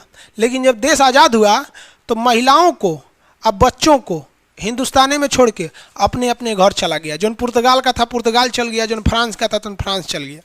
समझ में आ गया कि नहीं आ गया? तो ऐसे हजारों की संख्या में यहाँ लोग थे, अंग्रेजों से शादी हो जाती थी उनकी। अरे हिंदुस्तान में तो आज भी बबुआ, देख बबू तुमको बताते हैं, तो कितनों खतरनाक, मंगरैला की तरह भी अगर तुम काला है ना, सरकारी नौकरी हो जाएगा तो तुमको आलिया भट्ट जैसी लड़की मिलेगी। आज भी यहाँ पर महिलाओं की शादी उनके माँ बाप ना लड़के की हैसियत देख के कर देते हैं, न कि लड़का कैसा है, उस लड़की को खुश रखेगा या नहीं, ये कोई नहीं देखता है। लड़कियों को बहुत भुगतना पड़ता है, इसलिए लड़कियों को भी कहते हैं नौकरी हो जाएगा तो ठीक है ना, तो बेलना चौकी लेके झूलते रहियो। तो उस वक्त भी यही होता था। लोग उस समय माँ बाप देखते थे, अरे भाई फिरंगी से शादी कर दो, गोरखा ने सबको फिरंगी बोलते थे सब, लड़कियां खुश रहेगी, तो वो छोड़ छाड़ के भाग गया सब। तो वैसे लड़का, वैसा हिंदुस्तानी जिसके बाप जो थे ना वो क्या थे? यूरोपियन थे। अब आप समझ में आ गया? एंग्लो इंडियन में केवल उसी को शामिल किया जाता है जो यूरोप का हो और वो भारतीय महिला से शादी किया हो, और उस भारतीय महिला से जो उत्पन्न संतान है वो क्या कहलाएगी? एंग्लो इंडियन कहलाएगी। किसी को दिक्कत? कोई को राहुल गांधी को एंग्लो इंडियन कहेगा, भाई वो इंडियन है, कानून के हिसाब से वो इंडियन है। क्योंकि सोनिया गांधी ने जब राजीव गांधी से शादी किया तो उसने इटली की नागरिकता को त्याग दिया और उसने भारत की नागरिकता को ले लिया। इस हिसाब से वो भारत की नागरिक है, और उसका बेटा राहुल गांधी वो भी भारत का नागरिक है कानूनी हिसाब से। समझ में आ गया? अब बताइए एंग्लो इंडियन में क्या अमेरिका या कुछ कहता है कि सर एंग्लो इंडियन का मतलब होता है ना कि वैसा लड़का जिसके पिताजी विदेश के थे। रे पकड़ लो, विदेश के थोड़े, यूरोप के थे, यूरोप के। क्यों यूरोप को रखा गया? कंसेप्ट समझ में आ गया आप लोग को? आगे पढ़ाएंगे, अनुच्छेद 331 पढ़ाएंगे ना, 331, 32, 33, तो वहाँ इसका एंग्लो इंडियन की चर्चा है। तो बताइए, तो अब तो आप समझ गए आगे। राष्ट्रपति के निर्वाचन में कौन कौन भाग लेता है भैया? लोकसभा, राज्यसभा, विधानसभा, ये भाग लेती है। कौन नहीं लेता है? विधान परिषद नहीं लेगी। एंग्लो इंडियन भाग लेंगे? नहीं लेंगे। हम 2 को लिख देते हैं, एंग्लो इंडियन भाग नहीं देंगे। 12 मनोनीत सदस्य लेंगे भाग? नहीं लेंगे। चुनाव में भाग नहीं लेंगे। हो गया, आगे बढ़े। अब इसमें तीसरा चीज समझिए, राष्ट्रपति का जो निर्वाचन होता है ना वो अप्रत्यक्ष होता है, इनडायरेक्ट। अप्रत्यक्ष, इनडायरेक्ट, ये सिंपल है। इनडायरेक्ट कैसे? देखिए, हम चुनते हैं अपने यहाँ के सांसद को। समझ में आ गया? आप जिस जगह के होंगे वहां के सांसदों को चुने होंगे। बनारस के लोगों ने सांसद के रूप में नरेंद्र मोदी को चुना है। कोटा के, राजस्थान के कोटा के लोगों ने अपने सांसद के रूप में ओम बिरला जी को चुना है। वैसे ही हर जगह के अलग अलग, आप लोग को भी पता होगा आप कहाँ के सांसद को किसने चुना है। समझ में आ गया कि नहीं? पटना साहिब से रविशंकर प्रसाद जी को लोगों ने चुना है। अब जो जहाँ के सांसद हैं आपने चुन दिया, आपने उन्हें चुना और जाके चुन देगा सब राष्ट्रपति को। ये बताइए, आप तो चुने हैं उसको, अवकाश से कि आ बबुआ तू रहो, हम तेरे लिए राष्ट्रपति चुन के ले आते हैं। तो इसी को कहते हैं डायरेक्ट नहीं, इनडायरेक्ट। जबकि प्रधानमंत्री का चुनाव डायरेक्ट, प्रधानमंत्री का, लोकसभा का चुनाव डायरेक्ट। हम वोट दे के जाते हैं कि अब की बार मोदी सरकार, अब की बार फलाना की सरकार। समझ में आ गया कि नहीं आ गया? अब की बार यमराज की सरकार, जिसकी भी सरकार लानी है आप ला सकते हैं, डायरेक्ट देते हैं। कभी बोले अब की बार रामनाथ कोविंद की सरकार, अगले दिन पता चलता है भाई राष्ट्रपति तो रामनाथ कोविंद हो गए। एपीजे अब्दुल कलाम कॉलेज में पढ़ा रहे थे, अचानक फ़ोन किए अटल बिहारी वाजपेयी कि कलाम साहब 5 मिनट समय है, हमें आपसे बात करना है। क्योंकि पता था उनको कि ये शिक्षक व्यक्ति हमेशा पढ़ाते रहते हैं, तो कहें कि हम तो क्लास ले रहे हैं, हम आपको 10 मिनट बाद कॉल करेंगे। सोचिए अब्दुल कलाम को कि देश का प्रधानमंत्री उनको फोन कर रहा है और वो कह रहे हैं कि हम 10 मिनट बाद आपके कॉल को रिसीव करेंगे क्योंकि हम अभी पढ़ा रहे हैं आपको। ऐसे ही कोई अब्दुल कलाम की इज्जत नहीं करता है बाबू।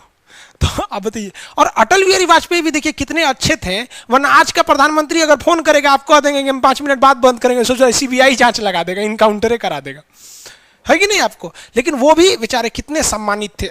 अटल बिहारी वाजपेयी प्रधानमंत्री होकर अहंकार नहीं किया कि चलो भाई पढ़ा रहे हैं वो, जब वो निकले तो कॉल बैक किए, तो इन्होंने कहा, ये गुस्सा हो जाता है कि क्या समझे आपने, बड़े बड़का वैज्ञानिक बन गए, हमारा कॉल को कहते हैं 10 मिनट बात करेंगे। तो बेचारे बहुत श्रद्धा से कहें कि अब्दुल कलाम साहब हम आपको एक बहुत बड़ी जिम्मेदारी देने जा रहे हैं। तो पूछे क्या कहने चाहे, तो कह हम आपको राष्ट्रपति बनाने जा रहे हैं। तो अब्दुल कलाम कह रहे हम आज मुखिया का चुनाव ना लड़े हैं, आप हमारा राष्ट्रपति बना रहे हैं। तो उन्होंने कहा कि देखिए इसमें ज़्यादा कुछ करना नहीं है, बाकी तो आपको पता ही है कि राष्ट्रपति जो है वो क्या चीज़ होते हैं भैया, कार्यपालिका के क्या होते हैं, वास्तविक तो होते नहीं, औपचारिक प्रधान होते हैं, हम आपको बनाते हैं, आप इस जिम्मेदारी को स्वीकार कीजिए। तो कहे कि हम वोट नहीं मांग सकते हैं, जिंदगी भर हमने पढ़ा, अध्ययन और अध्यापन का काम किया, हमसे ये होगा ही नहीं कि घूम घूम के लोकसभा के लोगों को कहें हमारा वोट दीजिए, राज्यसभा हमारा वोट दीजिए, विधानसभा हमारा वोट दीजिए, हमरा से ना हो। तो अटल बिहारी वाजपेयी ने कहा था कि आप विश्वास कीजिए मुझ पर, मेरी उम्र हो गई 70 साल राजनीति करते करते, आपको एक बार भी प्रचार की जरूरत नहीं पड़ेगी, आप एकदम बहुमत से जीतेंगे। और वही हुआ भी। आज भी अगर राष्ट्रपति आज भी अगर अटल बिहारी वाजपेयी आ जाए पृथ्वी पर दोबारा और एपीजे अब्दुल कलाम आ जाए, फिर वोट दे देगा आदमी, क्योंकि हम लोग वो खुशनसीब से हैं जिन्होंने एक साथ राष्ट्रपति के रूप में इतने योग्य अटल बिहारी वाजपेयी और इतने योग्य राष्ट्रपति और प्रधानमंत्री दोनों देखा।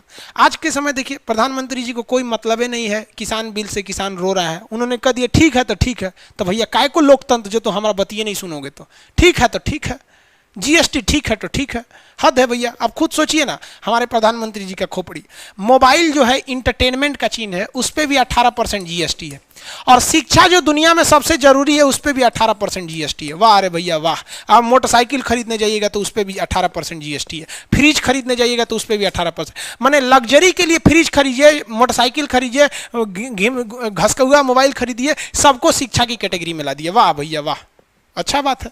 कहिएगा तो कहेंगे लोग कि सोच रहा तू मोदी विरोधी हो गया, कोई बात नहीं, 20% 100% जीएसटी कर दीजिए, हमको क्या जाता है। अगर जीएसटी कम रहती आपकी फीस कम रखते, जीएसटी ज़्यादा है हमें ज़्यादा देना पड़ता है। खुद से सोचिए ना, 1 लाख कमाइएगा तो 18 लाख जीएसटी, 2 लाख रुपया पेमेंट का, 30% इनकम टैक्स, 50 लाख तो सरकार रख ली। 1 लाख मेरा इनकम होगा तो 50 लाख सीधे सरकार रख लेगी, यहाँ से उड़ा ले जाएगी इनकम टैक्स में यहाँ पे। और अगर बीमार पड़ जाएं और मेरे पास पैसा नहीं है ना, तो एक बार सरकार नहीं पूछेगी कि खान साहब आप तो इतना टैक्स दिए थे, आइए ना आपका इलाज करा देते हैं, आपको भी पता है। तो खैर आप छोड़िए ये सब बातों को, आप समझ रहे हैं अप्रत्यक्ष चुनाव कैसे होता है, इनडायरेक्ट इलेक्शन समझ रहे हैं। जनता डायरेक्ट वोट नहीं देती है, इनडायरेक्ट वोट दिया जाता है। हमने चुना है लोकसभा, राज्यसभा, विधानसभा को, ये लोग जाके चुन देते हैं राष्ट्रपति को, इसे ही कहा जाता है अप्रत्यक्ष चुनाव। समझ में? चौथा समझिए, इनका जो चुनाव होता है एकल संक्रमणीय, एकल संक्रमणीय अनुपातिक प्रणाली, एकल संक्रमणीय अनुपातिक प्रणाली। अब आप कहेंगे ये क्या हो गया, इसे कहते हैं सिंगल ट्रांसफरेबल, इसे कहते हैं प्रिफरेबल वोट। ये हो गया सिंगल ट्रांसफरेबल, इसे कहते हैं प्रिफरेबल वोट। अब ये अजीब चीज है, यही सबसे बड़ा का दिक्कत करता है, ये समझना बहुत जरूरी है। इसको हम समझा देते हैं आपको, चलिए सिंगल ट्रांसफरेबल समझा देते हैं, एकल संक्रमणीय।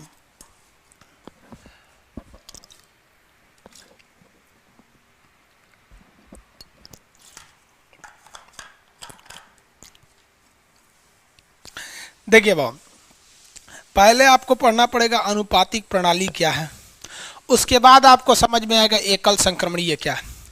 इंग्लिश मीडियम वाले बबुआ हम दोनों लिख देते हैं, एकल संक्रमणीय बोले तो सिंगल ट्रांसफरेबल और अनुपातिक बोले तो प्रीफरेबल वोट। इसके लिए अलग से पन्ना लेना पड़ेगा। चलिए समझाते हैं, अनुपातिक पद्धति समझा देते हैं। देखिए राष्ट्रपति के चुनाव में आपको सबको वोट देना पड़ता है, जितने लोग खड़े रहेंगे। मान लिया कि एक आदमी ए है, एक आदमी बी है, एक आदमी सी है, ये 3 आदमी चुनाव में खड़े हो गए, समझा गया। अब यहाँ जो बात आती है प्रिफरेबल वोट, तो हम लोग जितना वोट डालते हैं वो सिंगल बैलेट होता है। जैसे मान लीजिए चुनाव में 4 आदमी उठे हैं तो किसी एक को वोट डालिए। ये क्या कि मुखिया के चुनाव में ले शुक्ला जी को भी दे, मिश्रा जी को, यादव जी भी उठे हैं का, इन्हों को दे दो, अरे हमारे चाचा भी उठे इन्हों को दे दो, सबको वोट दे देंगे, सबका वोट बोगस हो जाएगा, खत्म हो जाएगा। क्योंकि हम लोग जो वोट डालते हैं वो सिंगल बैलेट वोट डालते हैं। जबकि राष्ट्रपति के इलेक्शन में जो वोट डाला जाता है वो वोट होता है प्रीफरेबल वोट। प्रीफरेबल वोट कैसे है भैया समझिए, अनुपातिक पद्धति या प्रीफरेबल वोट। जैसे किसी को भी राष्ट्रपति के चुनाव में यदि वोट डालना है तो वो एक सीक्वेंस से डालता है कि हमको सबसे बेहतरीन इसमें कौन पसंद है, सबसे बेहतरीन कौन इसमें पसंद है, उसी आधार पर हम लोग वोट डालते हैं। जैसे मान लिया कि सांसद जी गए वोट डालने, उनको लगा कि नहीं हमको ए वाला पसंद नहीं है, हमको सबसे अच्छा लगता है बी वाला, तो बी वाले को कहेंगे हम इनको 1 नंबर डालते हैं और उसके बाद चल जाएंगे, हो गया। तो वो फिर चुनाव आयोग पकड़ के रहेगा, इधर इधर तो खान सर नहीं पढ़ाए हैं, तो कहेगा कौन चीज, तो यहाँ अनुपातिक पद्धति प्रीफरेबल, तोरा सबको वोट डालना है, सबको वोट डालना है, तो 1 नंबर तो तू चुन दिया, और 2 नंबर किसको रखता है, कहेंगे 2 नंबर पे हम इनको रखेंगे कि हम चाहते हैं कि ये जीते और अगर ये ना जीते तो ये जीते। इसी को कहते हैं प्रीफरेंस। नहीं सुनते हैं, प्रीफरेंस दिया जाता है। आप लोग का भी नौकरी हो जाएगा ना तो ब्याह के लिए इतना फोटो आएगा और उसमें प्रीफरेंस दिया जाएगा कि ये नहीं ठीक है, ये नहीं ठीक है, ये नहीं ठीक है, इतना फोटो आएगा। और नौकरी नहीं आएगा ना तो 2 फोटो आएगा और कहेगा 1 इज कंपलसरी, कोनो एगो सेलेक्ट कर लो यहाँ पे। अब देखिएगा कोने के दांत कम फेंक ले है वहाँ पे, इसलिए नौकरी कर लीजिए आप लोग ज़्यादा अच्छा। और उसके बाद इनको वोट दीजिए 3 नंबर पे। मतलब ये जो भाई साहब ने वोट दिया ये चाहते हैं ये जीते, अगर ये ना जीते तो ये जीते, ये ना जीते तो ये जीते।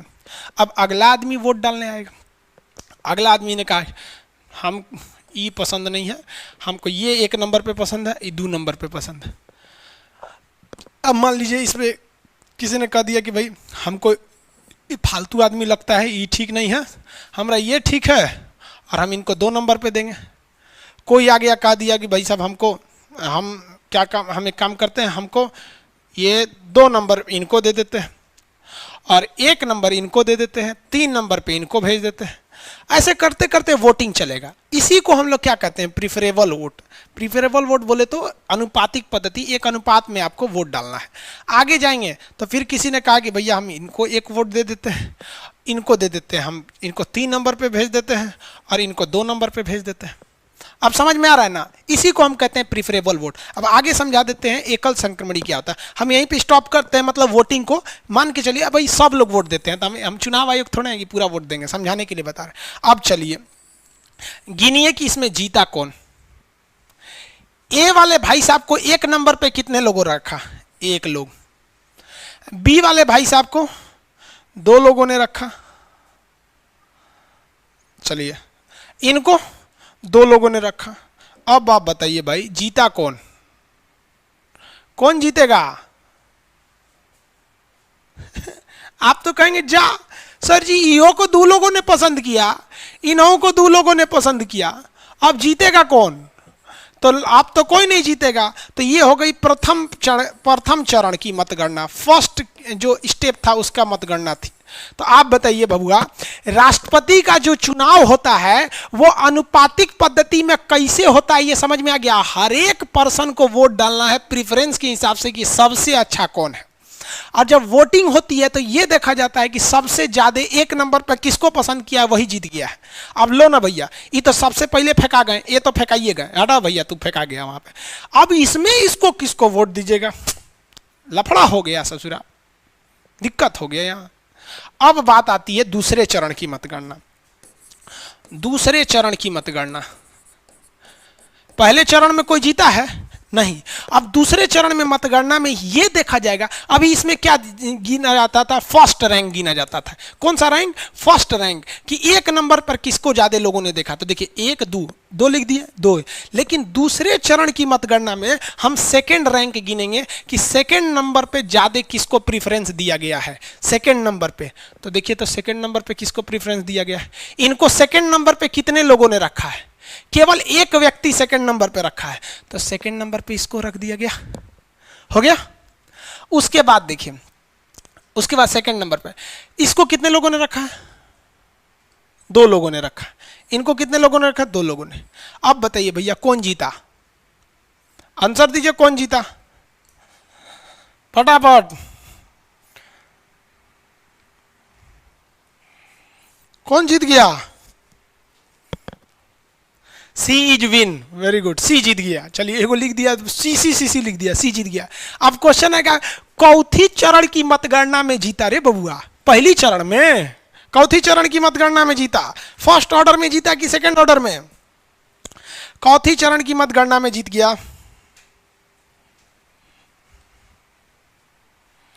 सेकंड ऑर्डर में, हाँ तीसरे चरण में बोलते रहे बकलोलवा, 3 नंबर देखता है तुम। पहला चरण में 1 नंबर की काउंटिंग की जाती है, इसको 1 नंबर पे केवल 1 लोग रखा था। दूसरा चरण में ना जीता, हाँ चलिए दूसरे चरण में जीता। अब हम आपसे क्वेश्चन पूछते हैं, देखते हैं कितने लोग को पहले से पता है कि भारत में अब तक के राष्ट्रपति के चुनाव में मात्र एक ही ऐसे राष्ट्रपति थे जिनके पहले चरण की मतगणना में वो नहीं जीत पाए थे, उनके लिए दूसरे चरण की मतगणना की थी। एकमात्र ऐसे राष्ट्रपति जिनके लिए दूसरे चरण की मतगणना हुई थी, बोलिए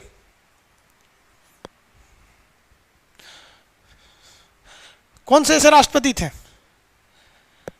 आंसर देखते हैं, कौन से राष्ट्रपति के लिए दूसरे चरण की मतगणना का उपाय किया गया था? दूसरे चरण की मतगणना में जीतने वाले राष्ट्रपति का नाम फटाफट बताएंगे।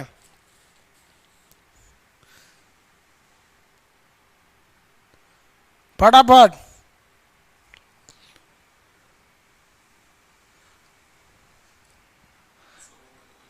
क्या क्या बता रहे हैं? कोई बीवी गिरी बता रहे हैं, कोई नीलम संजीवा रेड्डी बता रहे हैं।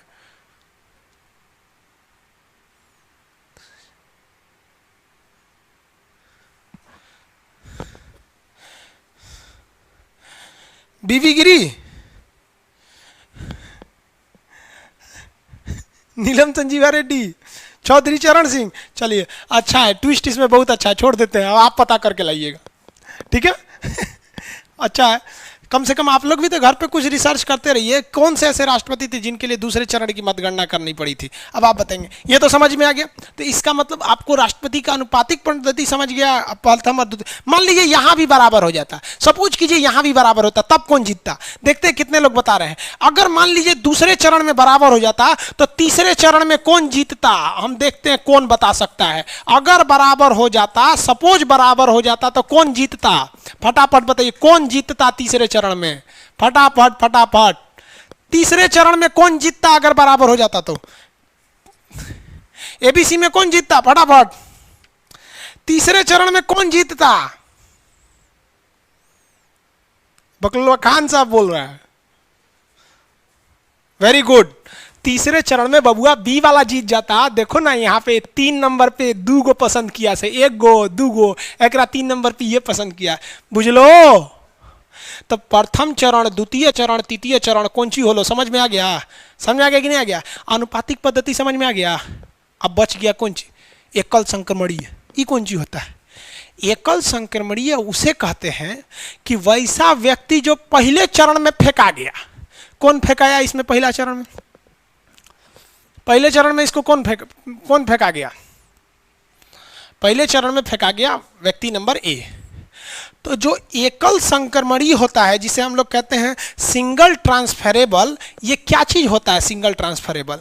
देखिए क्या होता है सिंगल ट्रांसफरेबल, कि वैसा उम्मीदवार जो पहले चरण की मतगणना में फेंका गया है, इसके सारे वोटों को लेकर, इसके वोटों को लेकर जो बचे हुए उम्मीदवार हैं उनमें बांट दिया जाता है। इसे हम लोग कहते हैं सिंगल ट्रांसफरेबल, एकल संक्रमणीय। यानी एगो का लेके इन सब में हौड़ दीजिए, संक्रमणित कर दीजिए, उसी को कहते हैं एकल संक्रमणीय। एकल संक्रमणीय वैसी व्यवस्था है जिसमें जो पहले चरण में फेंका गया व्यक्ति है उसके वोट को लेकर दूसरे को मिला दिया जाता है। अब आप कहेंगे कि इससे फायदा कौन सी होगा मिला देंगे? तो फायदा यही होगा कि जो हारा है तो तुम बाहर जाओ भैया, तुम्हारे जीतने की संभावना नहीं है, और जो जीतेगा वो एक अच्छे खासे वोट से जीतेगा ताकि उसे बहुमत अच्छा खासा दिखाई दे। समझ में आया कि नहीं? बस इसी को ध्यान में रख के इसे मिला दिया गया, बाकी कोई चीजें नहीं है। तो देखिए, वरीयता क्रम में वोट डालने की क्रिया को प्रिफरेबल या अनुपातिक पद्धति कहते हैं। आप समझ में आ गया आप लोग को? मतगणना कितने चरणों में होती है भैया? कितने भी चरण में जा सकती है। मैक्सिमम कितने चरण हो सकते हैं? कितने लोग बता सकते हैं? मतगणना के मैक्सिमम कितने चरण हो सकते हैं? क्या यहां चौथा चरण पॉसिबल है? सोच के देखो भाई, पॉलिटी भी फिजिक्स की तरफ पढ़िए, सोच सोच के। क्या इसमें चौथा चरण पॉसिबल है? कौन बोलता है हाँ या ना? देखिए, चौथा चरण पॉसिबल है क्या? इसमें चौथा चरण पॉसिबल है? कौन बोल दिया भैया यस? भैया चौथा चरण में कौन सी का गिनती कीजिएगा आप? तीसरा चरण में कोई ना कोई जीत ही जाएगा, फिर बचेगा कौन? चौथा नंबर पे वोट किसको डालेंगे? नहीं पॉसिबल है भैया, चौथा चरण नहीं पॉसिबल है, यस मत बोलिए। तो इससे हम एक निष्कर्ष पर पहुंच गए रे बाबू कि चरणों की संख्या जो होती है वो उम्मीदवारों की संख्या पर डिपेंड करता है। यानी अगर 10 गो उम्मीदवार उठेगा तो 10 चरण की मतगणना की संभावना हो सकती है, हालांकि जीत जाते हैं से पहले चरण में। तो बताइए, तो आप बताइए, अगर मान लीजिए कि 7 गो उम्मीदवार उठे हैं तो चरणों की संख्या कितनी हो जाएगी? 7 उम्मीदवार में चरणों की संख्या 7 अगर उम्मीदवार उठे हैं तो कितने हो सकते हैं? 7 उम्मीदवार में 7 चरण, 8 उम्मीदवार में 8 चरण। यहाँ 3 उम्मीदवार थे, 3 चरण हो गया। समझ में आ रहा है कि नहीं आ रहा है? किसी को कोई दिक्कत नहीं है? एकल संक्रमण, अरे बच्चा का चीज होता है जी एकल संक्रमणी। एकल संक्रमणी का मतलब क्या हो गया? जो कम वोट पाया उसका छीन के बाकी जो बचे हुए उम्मीदवार हैं उसमें बराबर बराबर बांट दीजिए, हो गया एकल संक्रमणी हो गया। अनुपातिक पद्धति यानी प्रिफरेबल का मतलब क्या हो गया? ठुकू ठुकू वोट दीजिए, 1 नंबर 2 नंबर 3 नंबर। अब प्रथम चरण द्वितीय चरण में, प्रथम चरण में 1 नंबर की रैंकिंग गिनिए, द्वितीय चरण में 2 नंबर की, तृतीय चरण में 3 नंबर की, चतुर्थ चरण में 4 नंबर की रैंकिंग गिनिए। टोटल चरणों की संख्या उम्मीदवारों की संख्या के बराबर हो जाती है। समझ में आ गया? राष्ट्रपति का निर्वाचन कितने लोग को नहीं समझ में आया जी?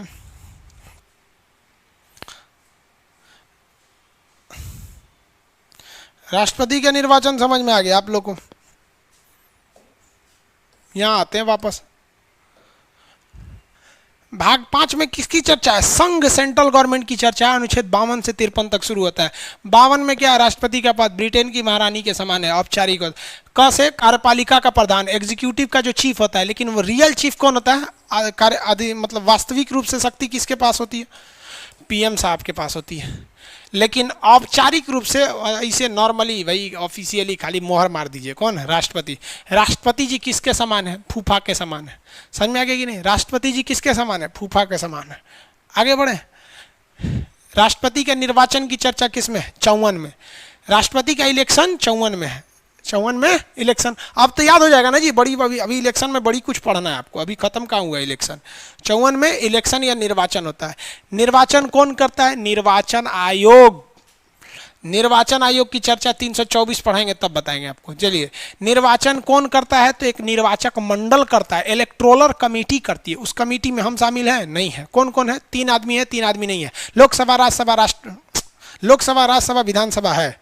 लोकसभा, राज्यसभा, विधानसभा है। विधान परिषद एंग्लो इंडियन और 12 मनोनीत सदस्य नहीं है। लोकसभा में कितने सदस्यों का मनोनयन होता है? 2। राज्यसभा में 12।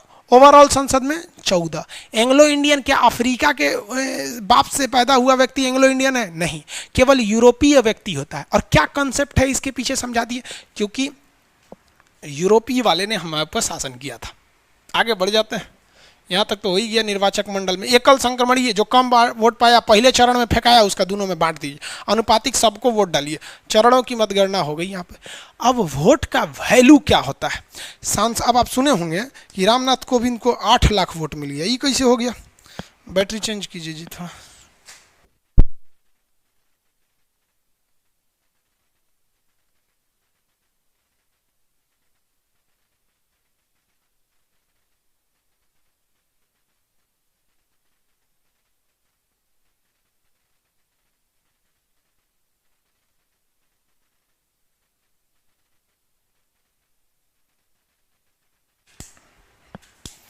चलिए, आप समझ गए? आगे समझ में गए?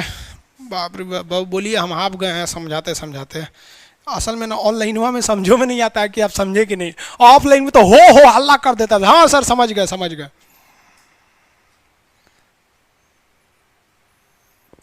एमपी इम्पॉसिबल, पेमेंट फंस गया है बउआ, पेमेंट फंस गया है तो आपको एगो नंबर दे देंगे। आप अपना पेमेंट जिसका फंस जाता है तो पढ़ कैसे रहा है का पेमेंट फंसा है? तो दूसरे बैच में फंसा होगा। दूसरे बैच बाबू मैप का क्लास आज से स्टार्ट होगा। कितने बजे से? 1 बजे से। चलिए, मैप का क्लास 1 बजे से। मजा आ गया, बढ़िया है। कितने लोग को समझ में आ गया? अब इतना समझ में आ गया तब आगे बढ़ाएंगे कि एक एमपी के वोट की वैल्यू कितनी होती है, एक एमएलए की वोट की वैल्यू कितनी है। सोच रहा संसद में तो कितना बैठा है सर, लोकसभा में 545 बैठा है सर, राज्यसभा में 245 बैठा है, और ये वोट पाता है सब 8 लाख 7 लाख। इतना वोट कैसे पा जाता है सब? आखिर इतना वोट आ कैसे गया इन लोग के पास? तो ये सब भी समझना आप लोग के लिए ज़रूरी है। आप पॉलिटी इंटरेस्ट लेके पढ़ रहे हैं ना, तभी आपको अच्छा लगेगा। बहुत इंटरेस्टेड चीज़ होता है पॉलिटी। एक एक चीज को तोड़ तोड़ के समझिए, एकदम कैसे जैसे भीमराव अम्बेडकर साहब से ऐसा पढ़िए ना कि आप मन में इतना सोचिए कि जब पॉलिटी खत्म होगा ना तो भीम अम्बेडकर साहब को, बाबा साहब को जाके आदमी क्या देगा, इंटरव्यू देगा कि पूछिए। ये समझ में आ गया? अब थोड़ा ध्यान से समझिए। मैप का क्लास जो है आज 1 PM, एक ही PM पे है ना? हाँ, दरोगा के लिए टॉनिक बैच कल से 6 PM। समझा गया? दरोगा का टॉनिक बैच है। जितने लोग को टॉनिक बैच नहीं पता है क्या है कि उसमें जो इंपॉर्टेंट क्वेश्चन रहते हैं, लगभग 500 से ज़्यादा क्वेश्चन रहेंगे, उनको सॉल्व कराया जाता है। अब जैसे मान लीजिए पूछ देगा, उसी में क्वेश्चन देगा राष्ट्रपति का चुनाव कैसे होता है, तो उसमें ये सारी चीज़ों को समझाया जाता है।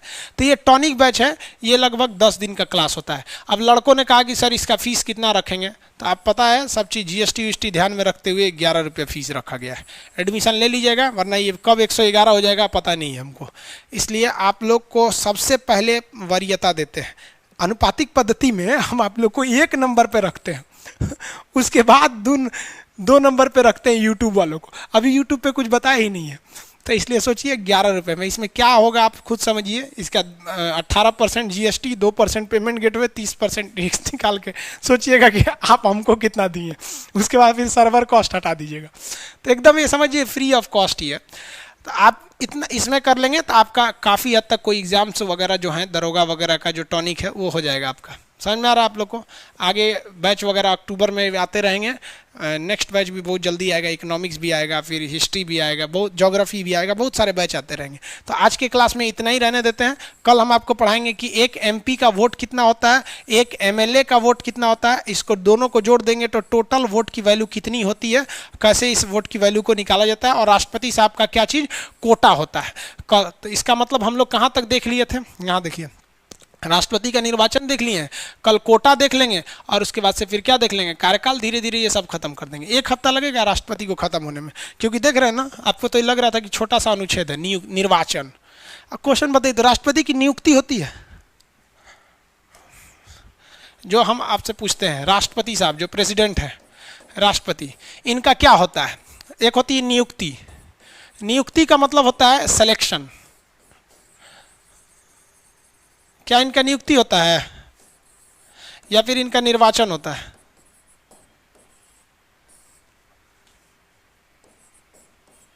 इलेक्शन। राष्ट्रपति साहब का क्या होता है? निर्वाचन होता है। और प्रधानमंत्री का क्या होती है? नियुक्ति होती है। आपको पता है हम लोग प्रधानमंत्री का वोट नहीं डालते हैं, हम लोग MP का वोट डालते हैं। और अगर जिसमें से 273 MP ने जिसे नियुक्त कर दिया कि भैया आप ही प्रधानमंत्री होइए, वही हो जाएगा प्रधानमंत्री। तो गलती से भी मत मारिएगा कि प्रधानमंत्री का चुनाव होता है। कभी सुने प्रधानमंत्री का चुनाव हुआ? लोकसभा का चुनाव होता है। इसलिए थोड़ी थोड़ी गलती करके आ जाते हैं आप लोग। राष्ट्रपति साहब क्या होते हैं? नियुक्त किए जाते हैं। समझ में आ गया कि नहीं आ गया? अब आपसे बताइए ध्यान से, इतना तो समझ में आ गया कि नहीं आ गया? किसी को कोई दिक्कत नहीं है? राष्ट्रपति एक्चुअली देखिए, प्रधानमंत्री नियुक्त नहीं होते, वो चयनित किए जाते हैं। चयनित में, नियुक्ति में और निर्वाचन में अंतर होता है, वो धीरे धीरे सब समझ जाएंगे आप लोग। जैसे सुप्रीम कोर्ट का जज नियुक्त होता है, और प्रधानमंत्री चयनित होते हैं, चयन कर लिया जाता है। ये सब आगे थोड़ा थोड़ा टिपिकल टर्म्स है, सब आप धीरे धीरे सब समझ जाएंगे। अभी तो शुरुआत है, अभी तो नापी है 2 गज ज़मीन हमने, अभी पूरा आसमान बाकी है। समझ में आ गया? अब इसी के साथ आपसे विदा लेते हैं। नेक्स्ट क्लास में मिलेंगे हम लोग उसी तरह से जैसे आज बताएं। राष्ट्रपति को कल और अच्छे से बताएंगे। इसके बीच आपका होमवर्क रहा कि कौन से ऐसे राष्ट्रपति साहब थे जिनके लिए दूसरे चरण की मतगणना हुई थी। नेक्स्ट क्लास में मिलेंगे। जय हिंद।